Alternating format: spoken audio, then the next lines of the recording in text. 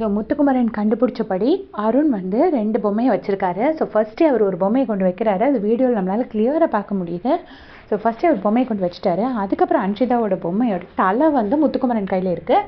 அந்த பொம்மையோட பாடி அவர் கையில் அருண் கையில் கிடச்சதுனால அந்த பாடியும் கொண்டு போய் வச்சுருக்காரு. வச்சுட்டு நான் வச்சுட்டேன்னு வேறு சொல்கிறாரு.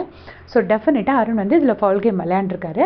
அதுக்கு அடுத்து பார்த்தீங்கன்னா லாஸ்ட் ரவுண்டில் முத்துக்குமரன் அவுட் ஆகிற ரவுண்ட்லேயும் அருண் தான் அந்த வேயை பிளாக் பண்ணி அந்த மஞ்சரி உள்ளே வர விடாமல் தடுத்தது.